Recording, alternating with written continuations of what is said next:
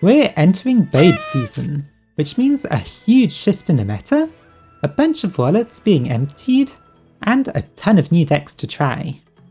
And let me tell you, you're in for a treat these next few weeks. There are so many decks that I'm excited to show off, since Burst of Destiny is looking to be one of the best sets since, well, Rise of the Duelist probably. Reptilians are going to be huge for reptiles, Suships are getting their new support, and Fluunderies is finally going to be released, proving once and for all whether it'll be a strong enough deck to make an impact on the meta or not. But today I'm going to start off fairly tame with a Swordsoul deck. Now I know what some of you are thinking, what's the point? Swordsoul are very clearly the next meta deck, so everyone and their granddads has already posted a Swordsoul Deck Profile. Is there anything more to say about them? Well, to complement my Tenyi Swordsoul deck I posted ages ago, this time I want to take a page from the ACG's book and attempt to build that saw a bit of competitive success over there, True King Swordsoul. So what's the theory behind the deck? By now, I think most of you have at least a vague idea of what True Kings do. Destroy 2 monsters, one of which has to be the same attribute as them, then summon themselves, and get a bonus effect if they're all the same attribute. Also, they're all worms. So is this just a way to get more worm-type bodies on the field? Not quite. You see, what you might not realise if you've only ever played True Kings in a deck like Dinosaurs, is that they all have a secondary effect that's actually quite relevant to worm decks. You see, instead of focusing too much on their effects to destroy other cards, you want their effects when they're destroyed. Barastos, the Water True King, special summons a non-water worm straight from your deck when it's destroyed, which is perfect for getting Tyre. Mariamne, the Wind one who's technically a True Draco instead of a True King, but works exactly like all the other True Kings, searches a non-wind worm when destroyed. This is a great way to search Moyo for your normal summon, or even your level 6 for it to summon itself. Do you see where this is going yet? Agnimazud adds a non-fire worm from your graveyard back to your hand, replenishing resources, and Lithothagen special summons a non-earth worm from the graveyard, which is basically any of them. Combine that with the fact that Baron de Fleur can destroy a card on the field, triggering any True King that you might have summoned, and you've got a good engine going. Now there's obviously a few issues, meaning it would be impossible to copy the ACG's list 1 for 1. After all, they still had VFD when this build was tested, and over there, Lithothagen is unlimited, along with Max C to be an earth monster for it to destroy. But that's actually not too important. It's not like you need to summon the Lithothagen, and you can run Ghost Spell if you want more earth monsters to destroy anyway. No VFD is of course less powerful than just having the VFD, but it's actually fairly rare to end with 2 True Kings on the field, since you mostly just want to destroy them. So if that situation ever does come up, just make a Hyperiton instead for the extra negate. So why bother with this version? Well, it's a lot more flexible for a start. You have a lot more ways of accessing your Swordsoul monsters, and you can make your synchros in any order you want, instead of usually just making the level 8 and then Baron. It's also a bit stronger going second, since you might pull off the True King's banish effects when they're summoned. This flexibility helps make your combo lines a bit harder to predict, as well as making you a bit more resistant to disruption.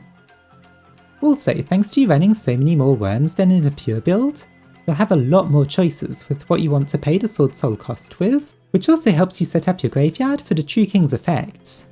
Also, let's be honest, this version is kinda cooler.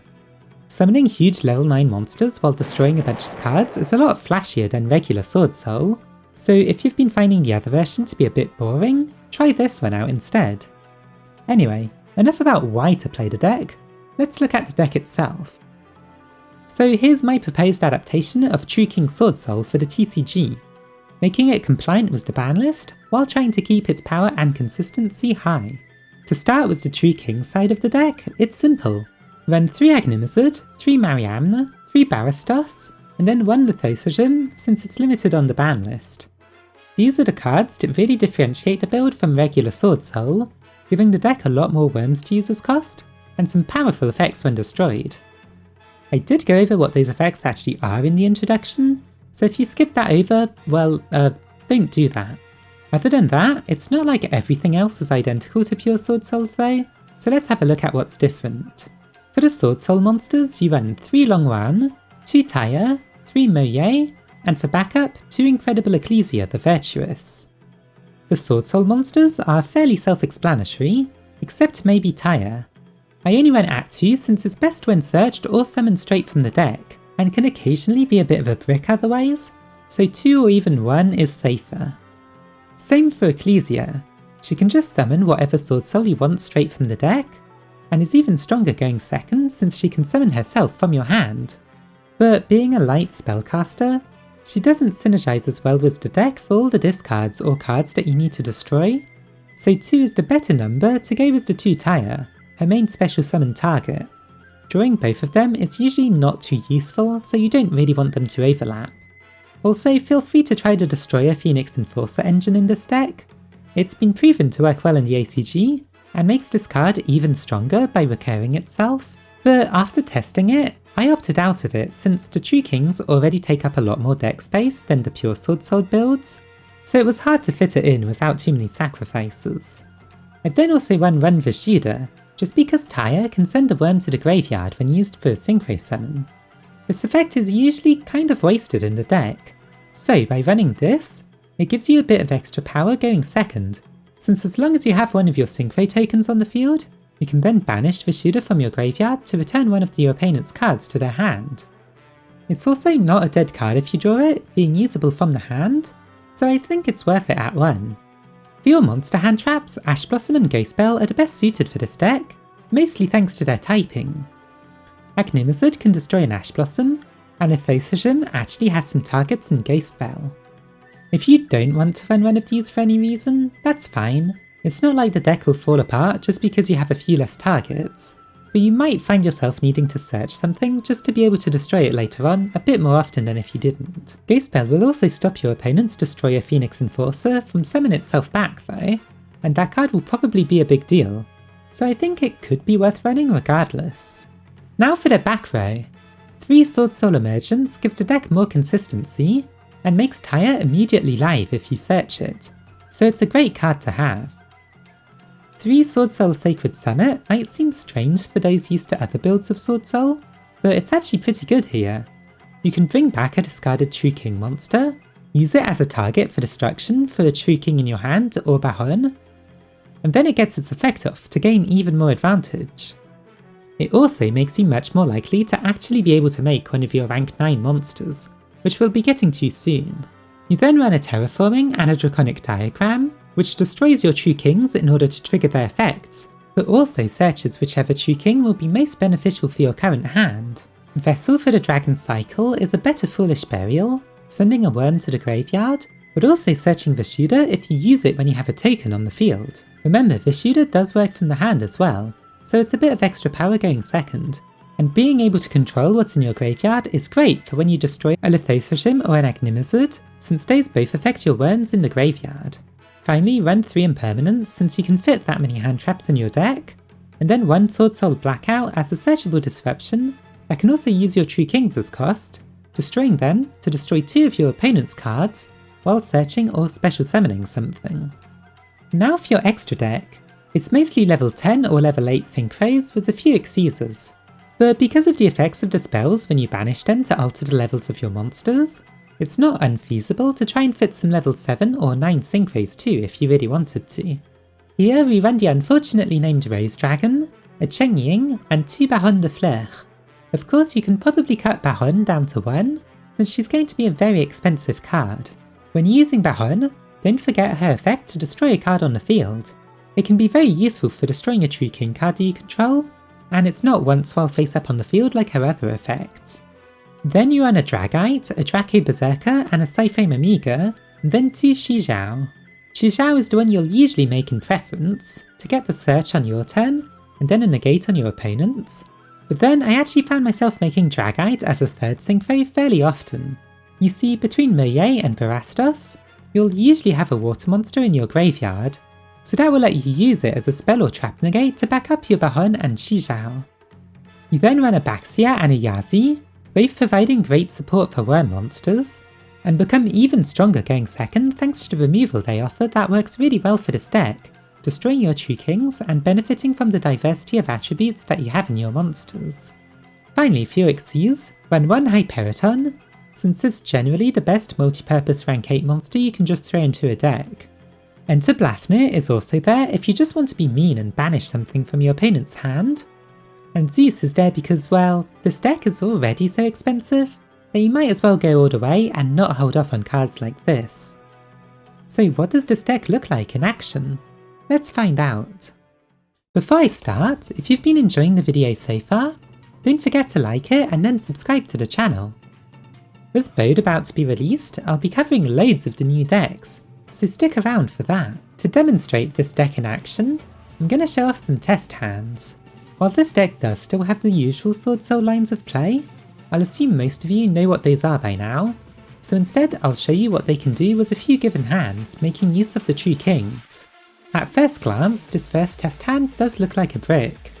You have Tyre, but nothing to banish, a Monster Reborn with nothing to get into the graveyard, and then all different attributes preventing you from actually summoning the True Kings. Luckily, Draconic Diagram fixes those problems. Use its effect to destroy Agnimazud, getting a Barastos in exchange. It puts a wyrm in the graveyard for Tyre, so you can banish it to make a level 8 synchro. Tyre sends Moye, and then Yugioh searches Longwan, which then discards Lithothogen to summon itself.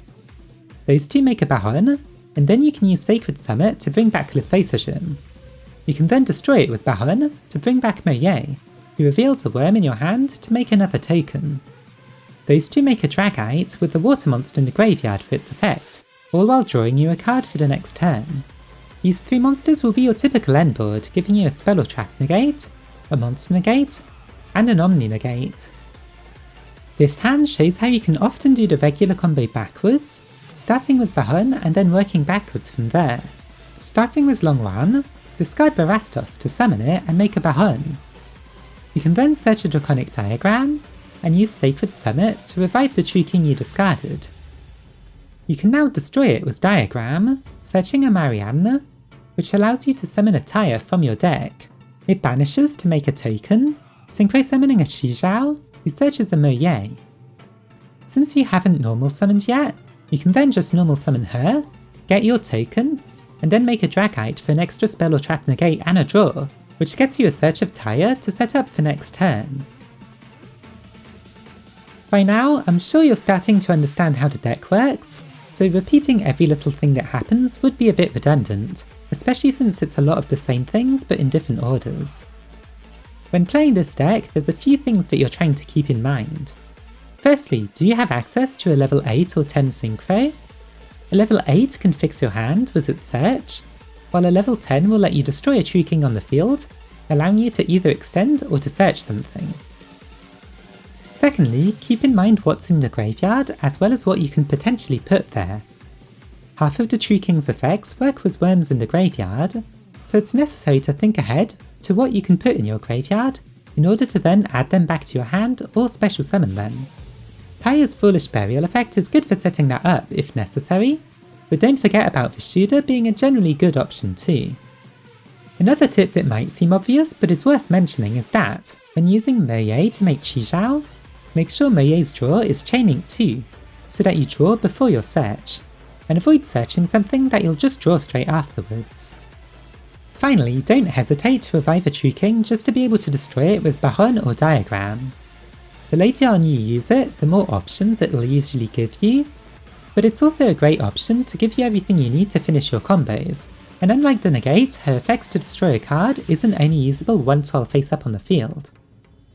In this last replay, I just wanted to show you an example of a hand that ends on a rank 9 monster. To do this, you'll need a hand that starts with mostly True King monsters, and it still requires quite a lot of setup. By searching a True King you already have in your hand, it'll give you the right type you need to destroy itself and make another True King to trigger them both, giving you a board that can afford to make a Hyperiton.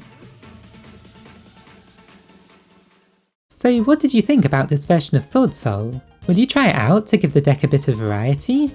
Or are you sticking to the pure version? Tell me in the comments below, and while you're down there, make sure to like the video and subscribe to the channel. I'll be covering a lot of Bode decks, including Reptilian soon, so stay tuned for that.